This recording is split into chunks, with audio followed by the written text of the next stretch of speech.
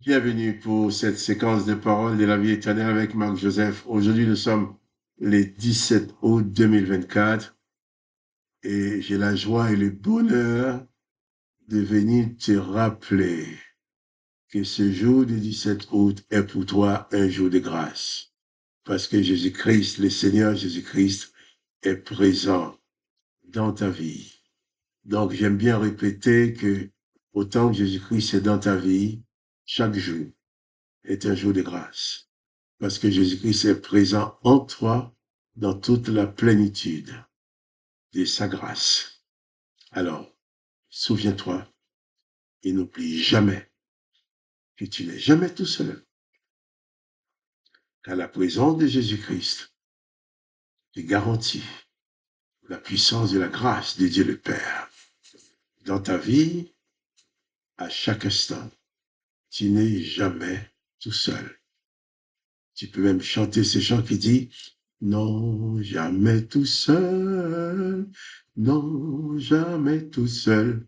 Jésus, mon sauveur, me garde, jamais ne me laisse seul. Non, jamais tout seul, non, jamais tout seul. Jésus, mon sauveur, me garde, je ne suis jamais tout seul. Tu n'es jamais tout seul. Chaque jour est pour toi un jour de grâce avec la présence de Jésus-Christ qui demeure en toi. Alors, pas de panique. Tu n'es pas tout seul. Pas de déprime. Pas de découragement. Quelles que soient les circonstances. Jésus-Christ est avec toi. Relève la tête. Regarde à lui. Au lieu de regarder aux circonstances, regarde à Jésus-Christ qui a le pouvoir de t'en sortir. Que son nom soit glorifié. Hier, nous avons parlé de cet avertissement de Jésus qui, dans son amour, réconforte à l'avance ses disciples qui ne vont pas pouvoir l'accompagner, qui ne vont pas pouvoir aller jusqu'au bout avec lui. Il leur dit, je vous le dis maintenant, vous ne pouvez venir où je vais. Vous ne pouvez pas venir où je vais. On va arriver le moment où vous allez devoir m'abandonner seul pour continuer ma mission. Je vous le dis maintenant. Et si Jésus dit cela, c'était pour déjà prévenir les disciples qu'il ne va pas leur en vouloir. Il ne va pas les traiter de lâches, des machins, vous m'avez lâché dans les moments difficiles. Non, Jésus n'a pas fait ça. Même Judas qui allait les trahir, il a dit à Judas, fais-le promptement. Mais pour les autres, il a dit, je ne vais pas vous reprocher de ne pas être avec moi. Je sais que vous ne pouvez pas y venir.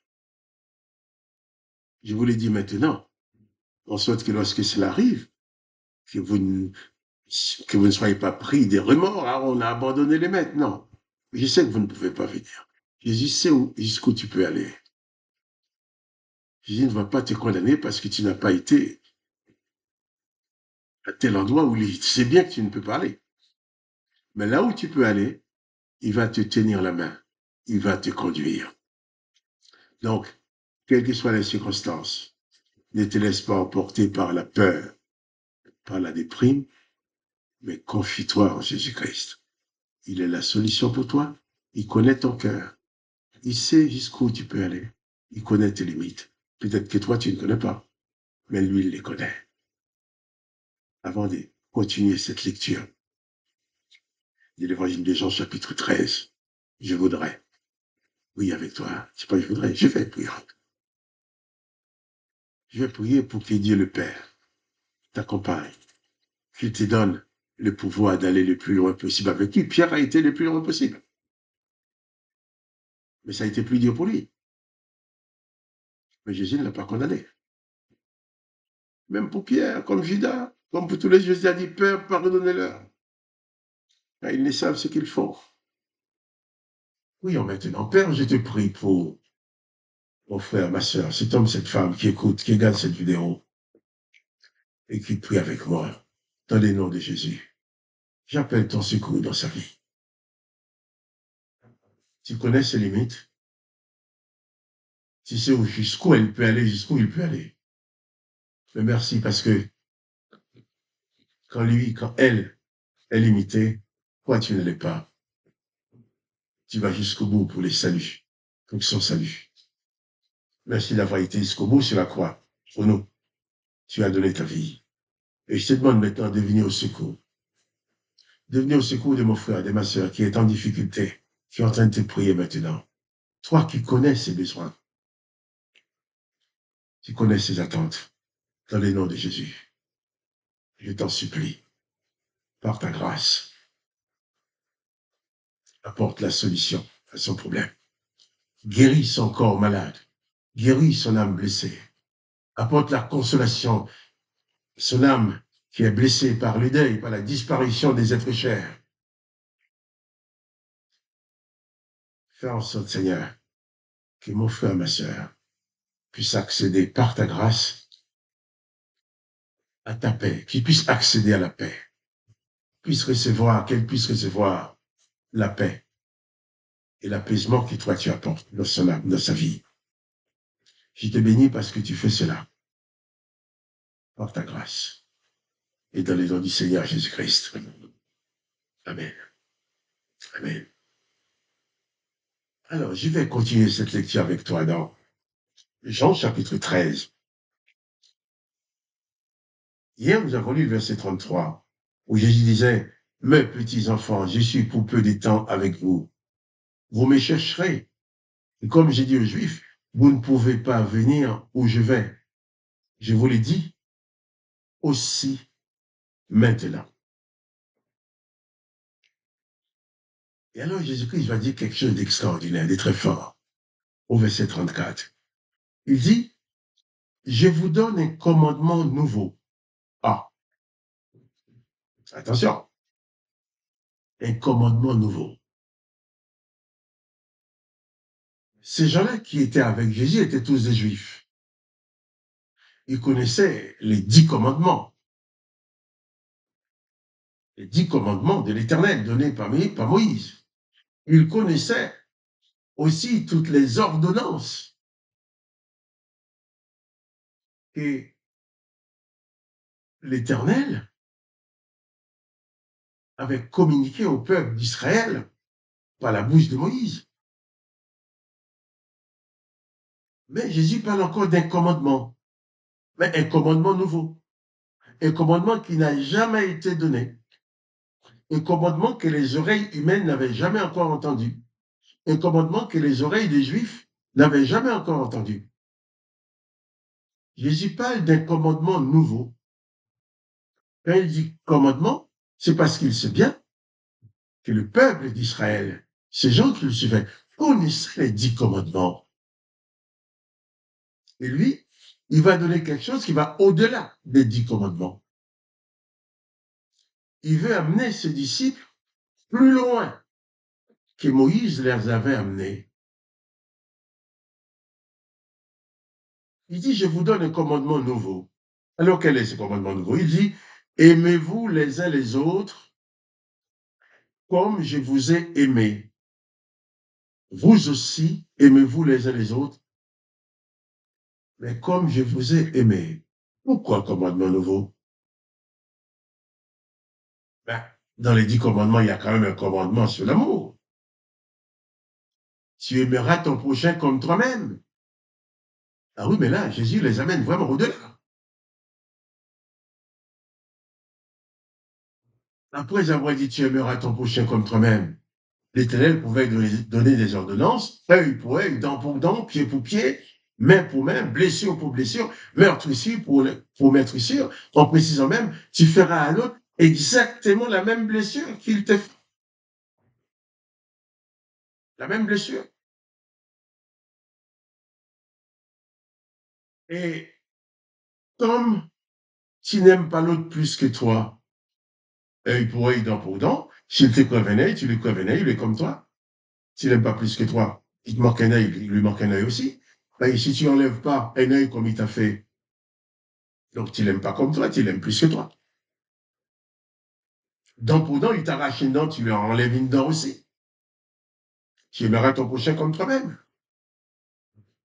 Et là, ces commandements ces commandements de l'Éternel et les ordonnances de Moïse étaient tout à fait cohérents.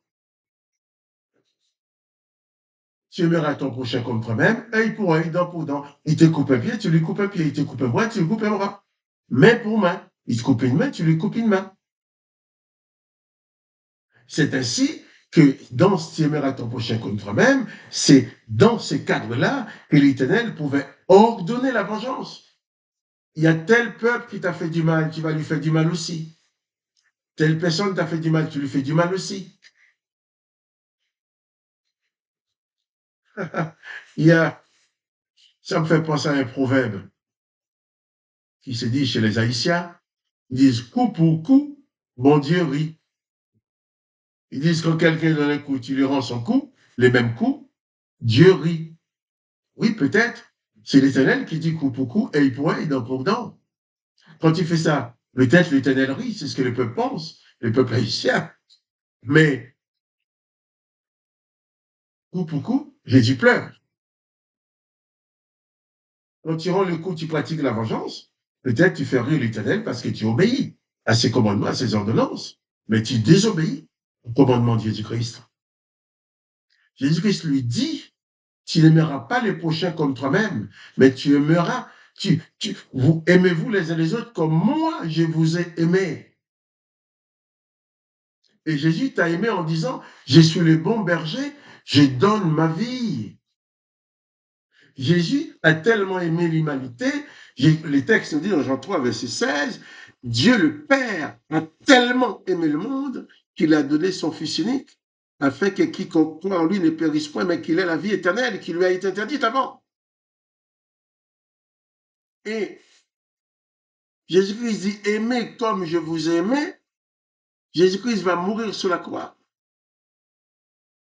pour pouvoir non seulement pardonner nos péchés, mais nous libérer de toutes les condamnations que l'Éternel désormais avait mises sur la tête des hommes. Aimez-vous comme je vous aimais. Aimez-vous jusqu'à donner. Aime l'autre comme jusqu'à donner ta vie à sa place. Jésus-Christ est mort. Mais en mourant, Jésus-Christ n'est pas mort comme Samson, serviteur de l'Éternel, qui aimait les gens comme lui-même. Samson, en mourant, a demandé à l'Éternel de lui donner plus de force pour tuer encore plus de gens qu'il avait tués de son vivant. Au moment de la mort de Samson, il a tué beaucoup plus d'hommes au nom de l'Éternel que tout ce qu'il avait tué avant. Mais Jésus, en mourant sur la croix, il a pardonné beaucoup plus d'hommes et de femmes que ceux qu'il avait accordé le pardon de son vivant. C'est le contraire. Car en mourant, Jésus-Christ va dire, Père, pardonne-leur, car ils ne savent ce qu'ils font. Jésus aime tellement ces gens-là que même ceux qui l'ont cloué sur la croix, ceux qui l'ont maltraité, qui l'ont fouetté, qui l'ont torturé, il a continué à les aimer. Au point de dire au Père que ces gens-là ne soient pas condamnés à cause de ce qu'ils m'ont fait. Pardonne-leur. Donc, les commandements nouveaux, c'est d'aimer, non pas comme toi-même, selon l'ordre de l'Éternel, pour te permettre d'exercer la vengeance, mais c'est d'aimer comme Jésus aime. Jésus qui dit, Père, pardonne-leur en mourant sur la croix. Il était en train de mourir, en train de souffrir. Jésus n'a pas accordé le pardon lorsque la souffrance s'était calmée, lorsqu'il ne sentait plus la douleur. Souvent, on dit aux gens, oui, je vais pardonner, mais la souffrance est encore là, il faut du temps. Non, Jésus n'a pas pris le temps. Il était en train de souffrir. Quand il dit, Père, pardonnez-leur. Et il te dit d'aimer comme lui, il aime. C'est ça la dimension de l'amour. De Jésus-Christ, bien sûr. C'est ce que Jésus appelle un commandement nouveau. Nous reviendrons demain sur ces commandements nouveaux. C'est très important. Mais rappelle-toi que Jésus-Christ t'ordonne d'aimer au-delà de l'amour, beaucoup plus fort que l'amour qui existe dans l'Ancien Testament. Et c'est à cause de cela qu'il va te dire, tu ne dois jamais exercer la vengeance. Tu dois tout simplement pardonner. Comme Dieu le Père t'a pardonné en Christ. Que le nom de Dieu le Père soit béni. Que le nom de Jésus-Christ soit béni. Et toi aussi, tu sois richement béni. Et quant à moi, Marc-Joseph, oh, moi aussi, je suis béni, hein. Mais je te dis, pas de panique, parce que je suis béni. Pas de panique, car Jésus-Christ est avec toi. La déprime, le découragement n'est pas pour toi. La présence de Jésus-Christ, c'est la présence qui te console, qui te rend fort. Que le nom de Dieu le Père soit glorifié, le nom de Jésus-Christ soit glorifié. Que toi, tu sois richement béni. Et moi, je continue à te dire, pas de panique. Jésus-Christ est avec toi. Si tu aimes cette vidéo, pose-la à tes connaissances. Et à demain pour les paroles de la vie éternelle.